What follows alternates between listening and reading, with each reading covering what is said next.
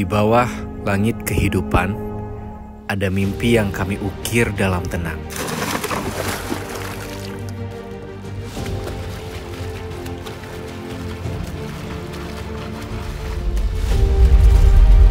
Dari harapan yang rapuh, kami berkorban untuk meneguhkan keyakinan. Ini adalah cerita ayah, pilar kokoh yang mengubah hayalanku menjadi hidup, yang sigap menghantam dinding tinggi keraguan. Hingga senyuman itu kami bawa pulang dari kubangan keterbatasan.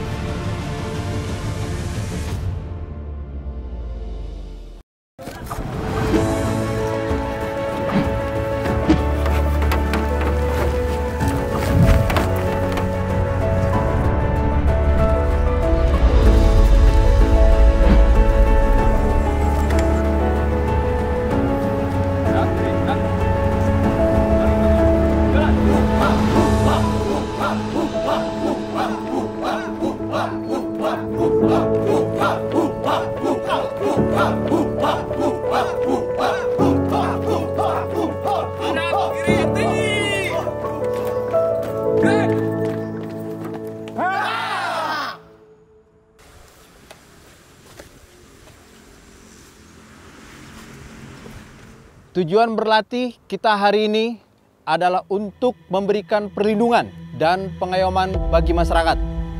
Saat kalian terlatih dengan baik, maka tujuan itu sudah pasti tercapai. Kuncinya adalah disiplin dan berlatih.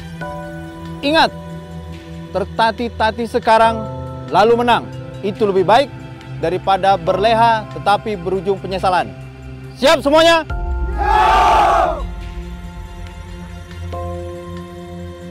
Kisah ini adalah tentang keberanian untuk memilih hidup di dalam impian. Di titik itu terjadi, lembar demi lembar harapan seolah berhenti. Dan buku berjudul Cita-Cita seakan habis dibaca. Walau ternyata kesuksesan bukanlah akhir, namun lembar baru dari sebuah petualangan.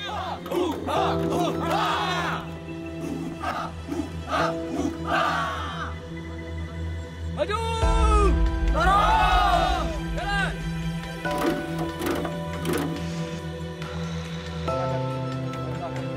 Aku Bribda Rofi Saputra, tergabung dalam Satuan Sabara di Kepolisian Resort Bangka Selatan. Tidak diinginkan. Ya, udah bagus ini. Desak! Maju! Desak! Jalan!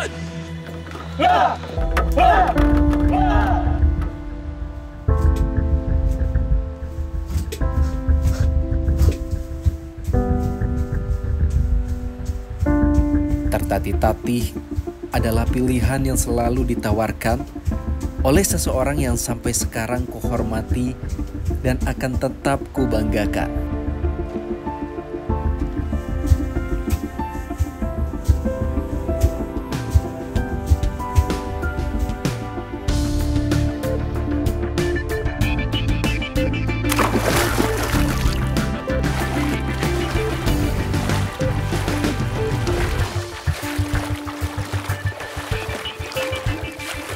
Orang ini mengenalkan padaku tentang pentingnya berani berubah.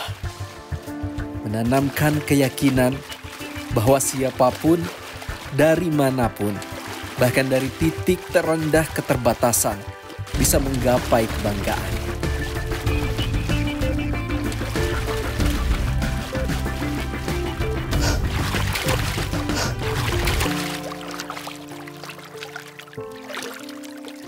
Figur ini yang mengajarkan aku dan Kasih adikku tentang renang, olahraga yang mengubah dunia kami.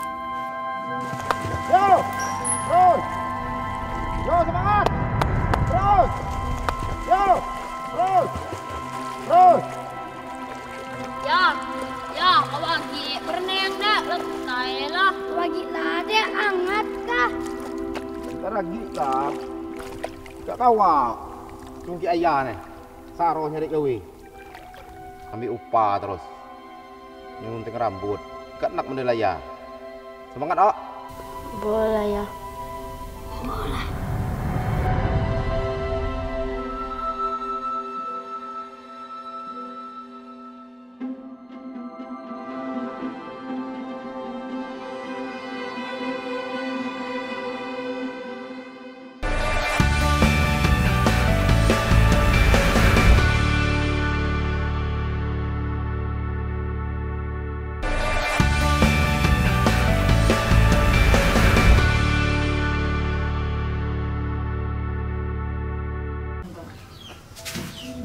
Tipis nak motor nak yang biasa abi. Oke. Ada lagi orang belajar nang. Ada lah. Kini tambah banyak aku deh, boy. Support alhamdulillah. Di mana ini, Win? Di Bandar Sawit gini ya. Air tuh keren, air Manggisa. Oh. Mudah-mudahan banyak, Win. Mudah-mudahan lumayan lah. Gini. Ayah adalah seorang pencukur handal. Kalau makin banyak penggemar. Pelanggannya mungkin hampir satu kampung Pangkal Buluh, dari anak-anak hingga tetua kampung. Bagi ayah, mencukur bukan sekadar memotong dan merapikan rambut. Lebih dari itu, mencukur adalah tentang menawarkan rasa berani untuk memulai perubahan. Dari sini saja beban ayah sudah berat.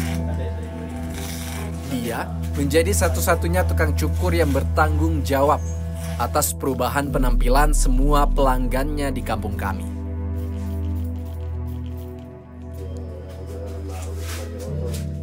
Yang kami kenal sih Edwin ini tukang potong rambut kan, atau tukang gunting rambut. Kami tahu semenjak dari kami bujang. Beliau ini lah motong rambut, dimulai beliau ini lah motongnya tidak pakai bayar dah awal lah, tidak pakai bayar. Terus kalau yang nak motong tinggal ke tempat Win, nah, itu. Jadi Winnya terkenal dengan tukang potong rambut. Sampai anak kami pun sekarang nih, dari kami bujang sampai anak kami pun sekarang ini motong kayak di. Tapi gini lah mungkin kena tuntutan hidup lah berbayar.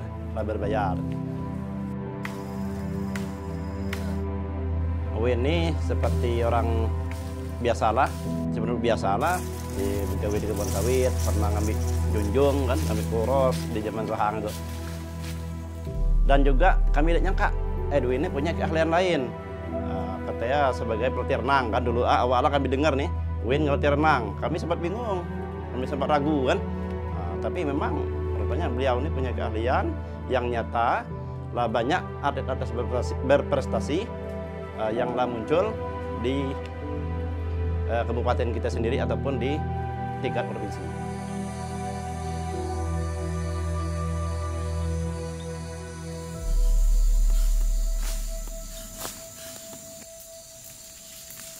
Hidup dan tinggal di desa yang jauh dari pusat kota membuat ayah harus mencoba banyak hal untuk mendapatkan uang. Ibu juga kadang membantu ayah bekerja di kebun sawit. Ayah istirahat. Allah, bentar lagi.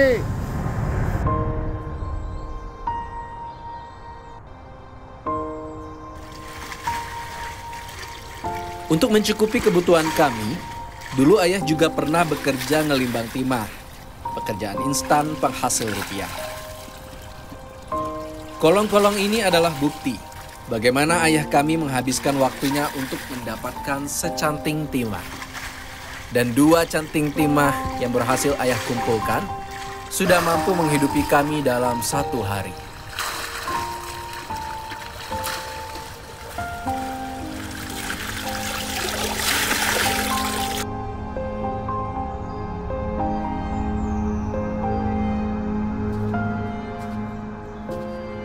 Ngelimbang adalah awal dari ayahku kembali berenang. Olahraga yang semasa kecil dulu hobi dilakukannya di sungai. Bagi ayah, kolong menjadi kubangan nostalgia masa lalu. Sekaligus menjadi awal terbukanya harapan. Harapan yang meneguhkan tekad aku dan Kasih untuk mewujudkan cita-cita. Mungkin juga tekad dari banyak anak-anak dan orang tua di desa kami.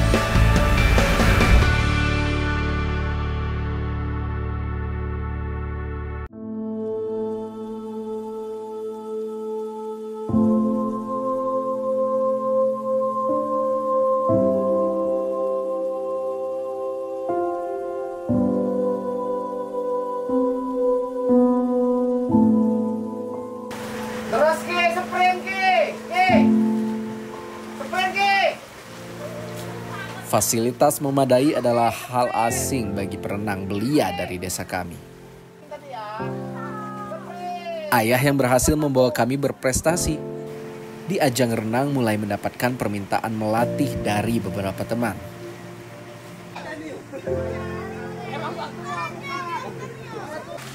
Dan ia melatih siapa saja yang bersedia menjadi muridnya tanpa meminta bayaran atau memasang tarif untuk setiap jasa yang dikeluarkannya. Seperti masa lalu, ayah tetap konsisten membawa anak didiknya berbaur dengan alam, memanjakan mereka dengan kebebasan. Alasannya adalah penolakan tegas untuk menyerah dengan keadaan. Minimnya fasilitas memang menjadi kendala, tapi bukan alasan untuk berkeluh kesah.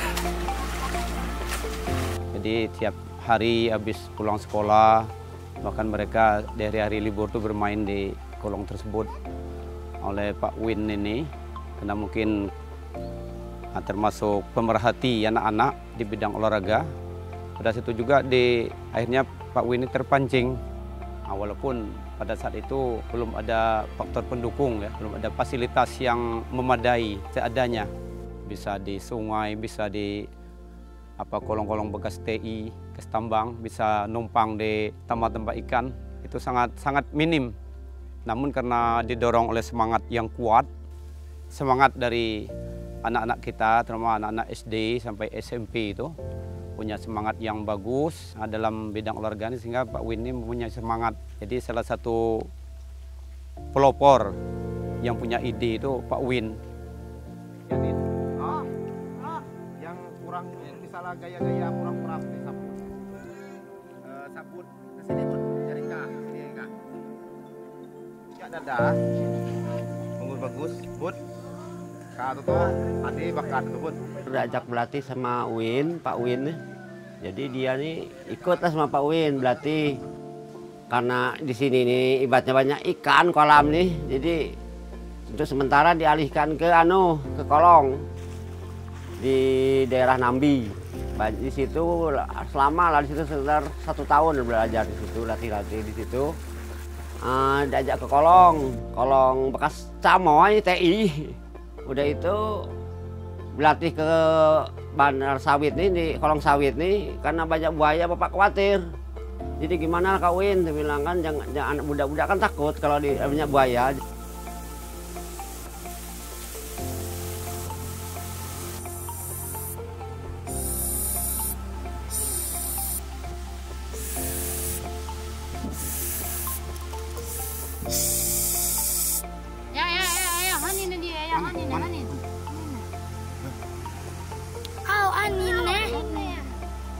Kita pindah aja. Ya.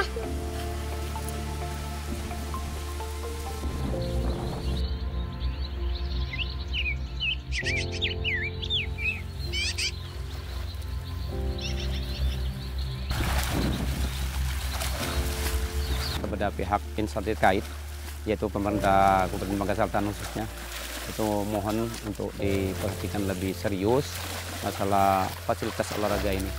Karena tanpa dukungan dari fasilitas tersebut mungkin hanya seperti ini. setelah dia ikut mungkin lomba-lomba yang tingkat nasional, mungkin provinsi ataupun kabupaten, lama-kelamaan juga hilang. Dan semangat mereka pudar karena tidak ada dukungan fasilitas.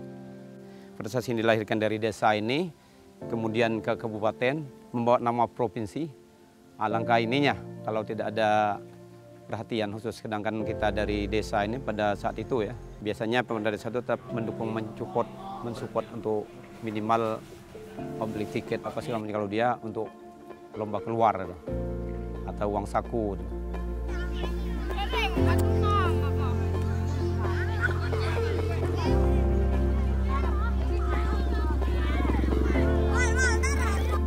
Pada saat itu olahraga yang berkembang itu kan hanya sebatas olahraga bola kaki dengan voli.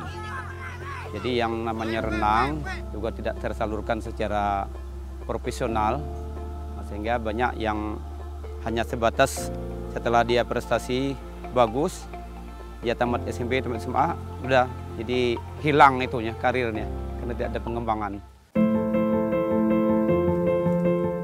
Dari danau-danau bekas tambang, dari bilah sungai perkebunan sawit, dari stigma sosial yang skeptis, mimpi kami terus hidup, tumbuh mengakar, mencengkram sudut-sudut keputusasaan, dan kami membawa cita-cita kami pada momen yang bahkan dulu enggan kami hayalkan. Berada sejajar dengan mereka yang hadir dari keleluasaan.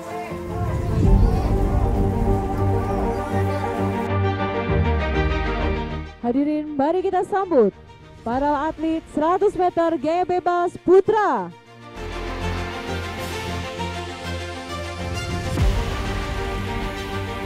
Lintasan 3, Ade Aditya, perwakilan Provinsi Kepulauan Bangka Belitung.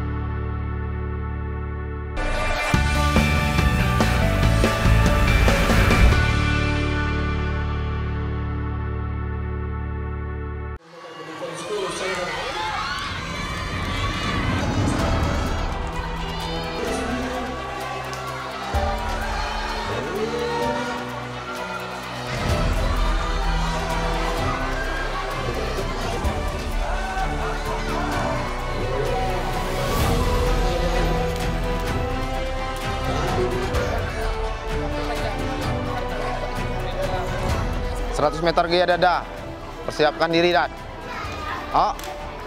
jangan kededap. Semangat, yakin deh mas. Biar musuh orang hebat-hebat, kesempatan tahun ada bagi Ade.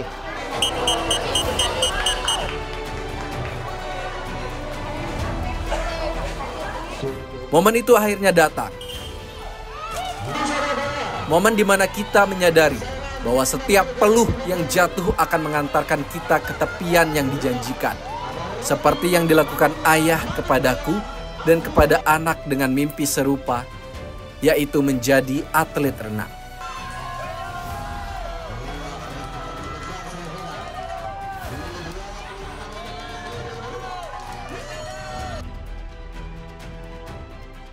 Ayah Kuwin yang tukang cukur itu, yang ngelimbang timah, yang menjadi tulang punggung keluarga dengan bekerja serabutan, kini menjadi pelatih renang yang mengantarkan aku dan anak didiknya mengejar cita-cita, lalu memberi warna baru bagi desa kami.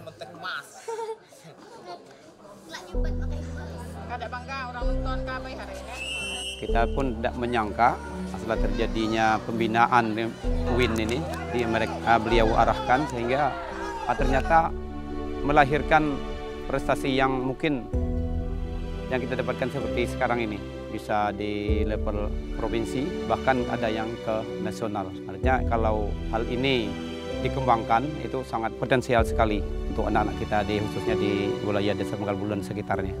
Karena yang dibina Pak Uin ini bukan hanya di anak-anak Desa Pangkalbulu, tapi ada di luar Desa Pangkalbulu yang memang tertarik dengan olahraga renang ini.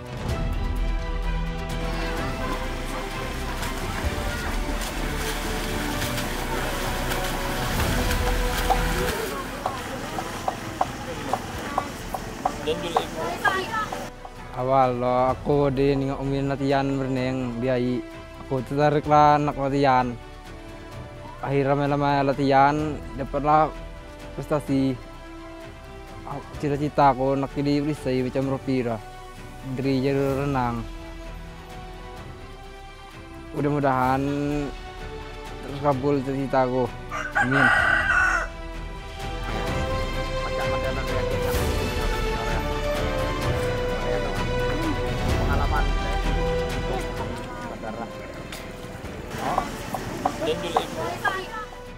Nah, aku dulu tuh kan dia kecil pas SD dulu, aku ada nengok di orang latihan kan, aku jadi tertarik pacak latihan gitu kan. Nah, latihan kami ini ada 3 latihan kan. Yang pertama tuh di kolong tuh paling bertahan setengah tahun kan. Kabar-kabar dari warga tuh ada buaya kan. Habis dari buaya tuh kami pindah lagi ke sungai kan. Naik ke SMK, kami ngikuti lagi event O2SN tuh. Alhamdulillah juga kami dapat juara 1 juga di provinsi kan. Nah, dari provinsi lempar lagi ke nasional. Nah, pas aku kemarin Jakarta kemarin kan kalah 4 detik. Karena itu kesalahan di pembalikan. Di sini tuh fasilitasnya itu kurang di sini kan. Karena kami tidak bisa latihan pembalikan itu roll gitu kan, tidak bisa.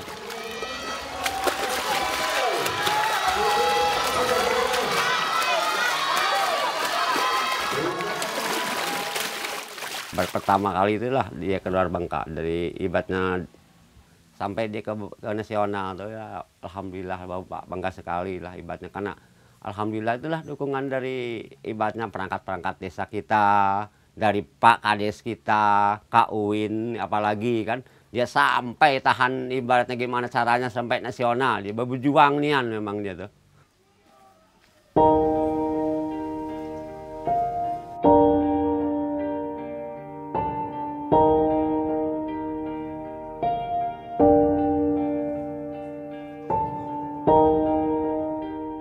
Kebahagiaan sesungguhnya adalah aku berhasil hidup dalam mimpi terbesarku, yaitu menjadi polisi. Persis seperti yang ayah bilang, proses dan pengorbanan menjadi harga yang harus dibayar untuk sebuah kesuksesan.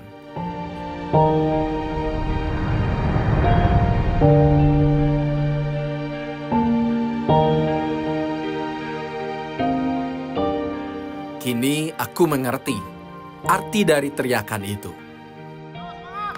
Makna dari petualangan yang terus kami lakukan di bilah sungai perkebunan sawit, di danau-danau bekas tambang, semuanya adalah tentang proses dan pengorbanan. Dan aku bersyukur ayah tidak pernah menyerah untuk terus membersamai kami saat itu.